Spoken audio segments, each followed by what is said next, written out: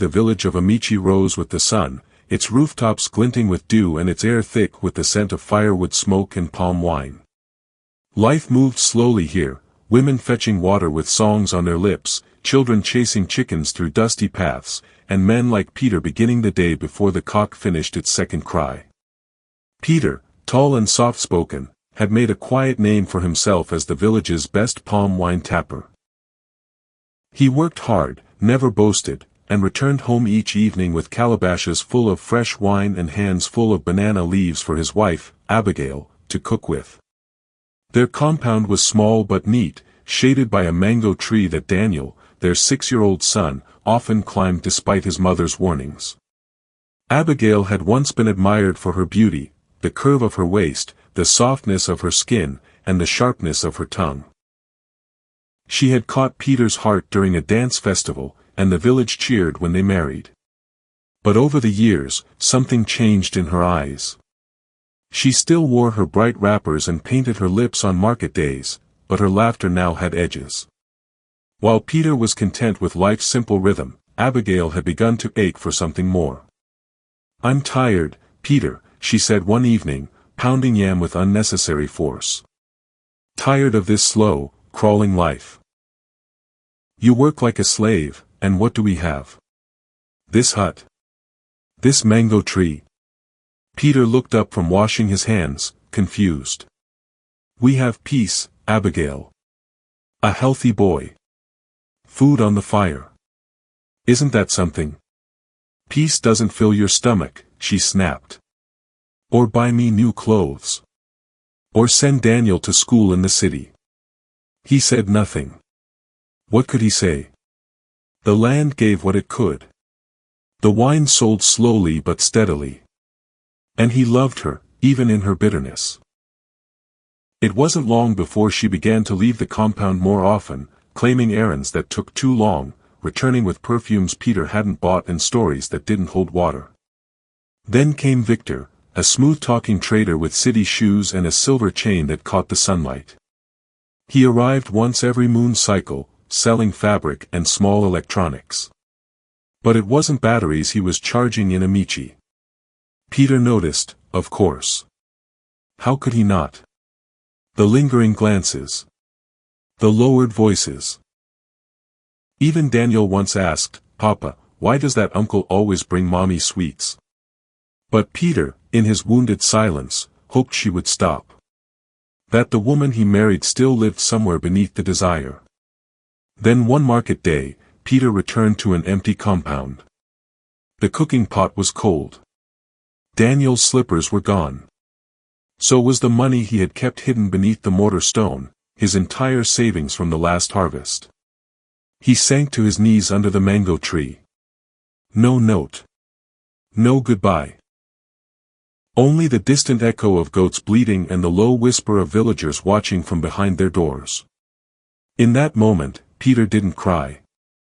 He simply stood, dusted his wrapper, and looked toward the Oji Hill in the east, where the old god still waited for the bold. Life in Amici did not pause for heartbreak. The goats still bleated. The mortars still pounded yam. Children still chased kites made from raffia and plastic bags. But in Peter's compound, silence was a permanent guest. The mango tree no longer dropped fruit. The air felt thicker. And Peter himself became a ghost among the living, walking to the farm before sunrise, returning after sunset, never speaking unless spoken to. He didn't cry. He didn't rage. And that, perhaps, was what frightened the villagers most. Grief like that, old Mama Ajike whispered as she sold okra by the roadside, when it doesn't make noise, it waits. Peter's footsteps grew slower, heavier. He worked harder than before. Almost violently, cutting down palm trees with a speed that left younger men breathless. He sold more wine than usual, but never stayed at the market to talk. His eyes seemed farther away, like they were watching something no one else could see. One night, under the dim glow of his oil lamp, he sat alone outside the hut. The fire crackled weakly beside him, casting dancing shadows across the compound. In his lap sat one of Daniel's old drawings. A stick figure holding a bowl, standing beneath what looked like a mountain. It had been left behind, folded into the corner of Daniel's mat. Peter stared at it for a long time, his thumb moving gently over the lines. His lips trembled, but he said nothing. A voice broke the silence. "You still keep his things?"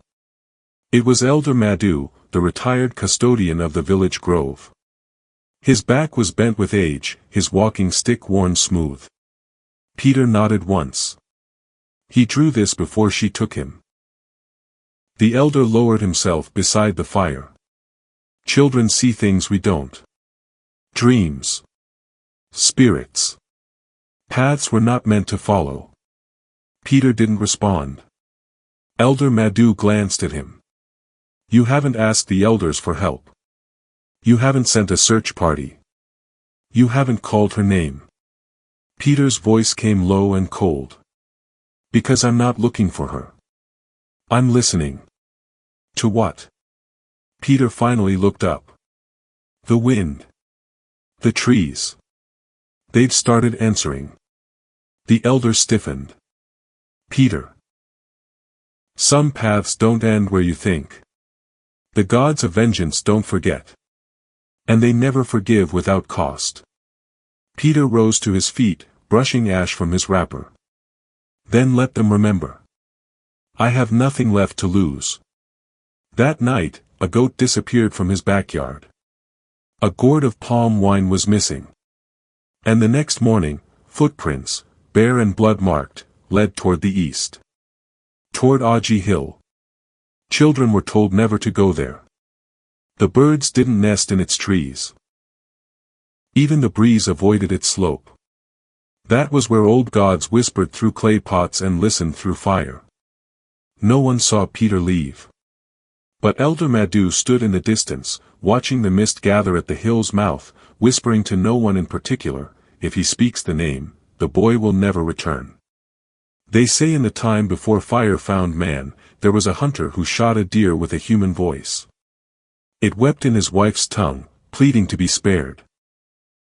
He took the kill home, feasted with pride, and laughed when the elders warned him. From that night on, every woman he loved lost her shadow at moonrise. And when he finally died, the deer's voice sang at his grave. It was the kind of tale Amichi's elders told to remind the young that not all justice is clean. And lately, people found themselves repeating it, not out of tradition, but out of fear. Since the day Peter returned from his silent walk toward Oji Hill, strange signs followed him like a second skin. The mango tree in his compound no longer bore fruit. Birds didn't land near his home. Goats tied to his fence kicked loose, running wildly. His palm wine became unnaturally sweet, too sweet. Drinkers claimed they heard voices in the calabash or saw their own names burning in the fire. And Peter? He barely spoke. But on quiet nights, when the moon was low and the wind carried whispers, his lips moved as if repeating a memory. "I didn't come for power," he had whispered into the shrine's darkness. "Then what did you come for?" "Justice. Justice for a broken heart. For stolen coin. For a woman's betrayal. For my son. For what she did to us. Justice always costs something innocent. Do you still want it?" A pause. "Then, yes, even if the boy forgets my name." The wind had stilled after that. And something deep in the earth had shifted. Far away, in a musty guesthouse near Ojij, Abigail stirred in her sleep. She woke with a gasp, clutching her wrapper. The room felt colder than it should, and the shadows stretched too long across the walls. She looked over at Victor, snoring lightly beside her, unaware. Abigail sighed, slipped quietly out of bed, and pulled on her wrapper. Victor had grown possessive. His attention, once thrilling, now suffocated her. He wanted too much. Her time, her loyalty, her smile. So, when he fell into drunken sleep, she left the house, not once, not twice, but many times, always in the middle of the night. There was a young man, a mason from across the street. Strong arms. Quiet mouth. No questions. Just hands. She thought herself clever, slipping through the night like a cat. But Victor had begun to notice. A strange wrapper under their bed. Muddy footprints near the door. Abigail humming songs he didn't know. And now, the dreams. Victor had started waking with sweat on his chest and terror in his throat. Once, he swore Abigail had stood at the foot of the bed, but with no face. Just a smooth, empty canvas where eyes and mouth should be. She laughed when he told her. Teased him. Brushed his cheek. But something flickered in her expression, something that didn't quite belong. That night, as Victor twisted in restless sleep, Abigail sat by the window humming a tune Peter used to sing. And in the darkness outside, something listened. Victor died on a Thursday. He had gone to bed drunk, angry, after yet another argument with Abigail about where she'd been. She denied everything, of course. Smiled with that same wicked curve of the mouth she used to control men. But Victor wasn't a fool. That night, as he slept, he cried out, loud and sharp, waking the entire guest house. When they burst in, he was already gone. Blood on his sheets. Eyes wide. His fingers dug into his own chest like he tried to claw something out. Abigail did not stay to mourn. By dawn, she had gathered what she could and moved in with a man named Tund, a taxi driver from the next town who barely asked questions. He offered her a room, meals, and money for Daniel's cough syrup. And for a time, she laughed again. But the laughter was thinner. Her reflection no longer followed her movements. Mirrors stayed cloudy around her face. And the lights in the corridor flickered whenever Daniel walked past. Within 3 weeks, Tund was dead too. They found him hunched over his steering wheel, eyes rolled back, nose bleeding, mouth frozen mid-scream. The engine was off. The windows fogged from the inside. Abigail began to unravel. She stopped eating. Her cheeks sank. The lines around her eyes deepened. But worse, Daniel grew weaker. His body burned with fever. His eyes fluttered between sleep and murmurs. He would sit up at night and whisper things she didn't understand. The cane is raised, the thief must kneel, I hear Papa walking, but not on the ground, fire talks, but water listens. She took him to doctors. They gave her pills and shrugged. She tried a church. The pastor touched Daniel and collapsed before he could finish the prayer. That night, as Daniel tossed and sweated beside her, Abigail finally slept. And she dreamed. She was in a field of white ash. Every step burned her feet.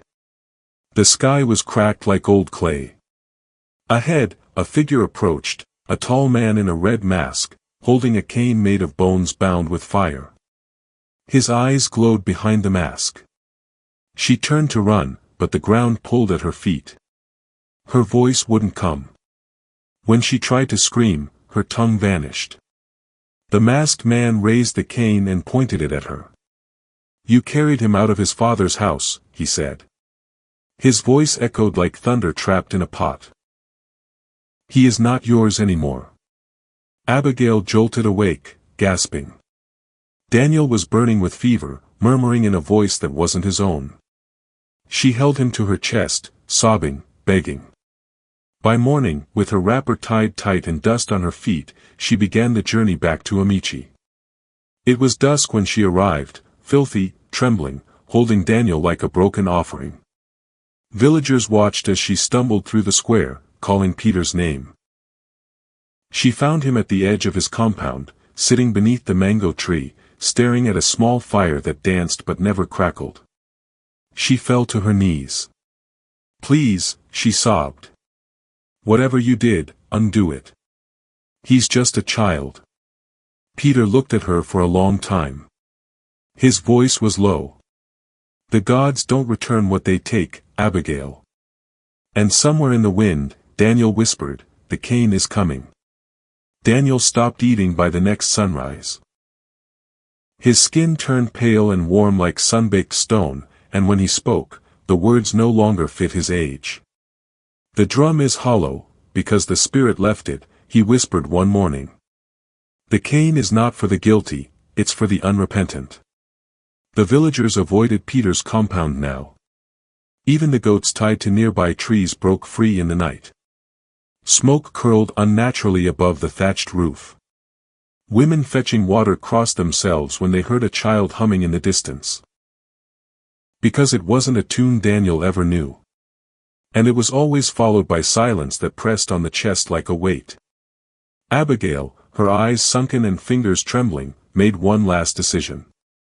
She wrapped her hair in a tattered scarf and walked with bare feet to the edge of the village, to where Elder Madhu's hut stood beneath the shade of a bitter leaf tree. She found him outside, tending to his fire with a shaking hand. Elder, she said, falling to her knees, please. Help me beg him. Peter listens to you. Maybe the gods will too. Maybe he can take it back. Madhu did not turn. He stirred the fire gently, watching the embers flicker. Do you know what he gave up, Abigail? I didn't mean to, meaning died the day you ran. The gods do not rewind. What was given was not yours to take. And what was promised has already reached the hill. He finally looked at her. Go home, Abigail. But know this, it is no longer your home. That night, the wind howled louder than it had all year.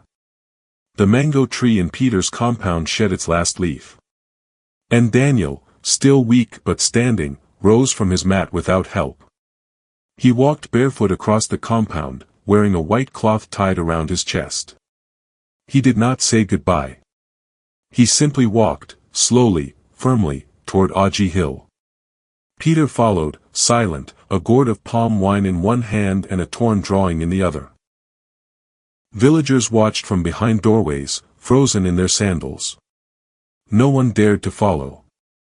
Abigail screamed his name and ran after them, but the wind pushed her back like a wall of hands. He's my son, she cried. A whisper curled through the trees, no longer. At the top of the hill, the air shimmered.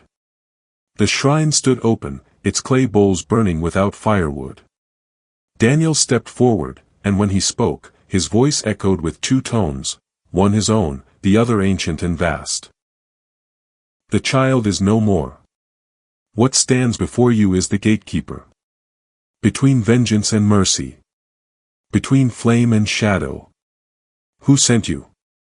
Peter asked, tears streaming down his face. You did. From the earth rose a small box, carved bone, sealed with flame. Daniel opened it. Light poured from within, and when it faded, he was gone. Peter fell to his knees. Abigail collapsed and wailed, but no sound came out. By morning, a tree stood where Daniel vanished.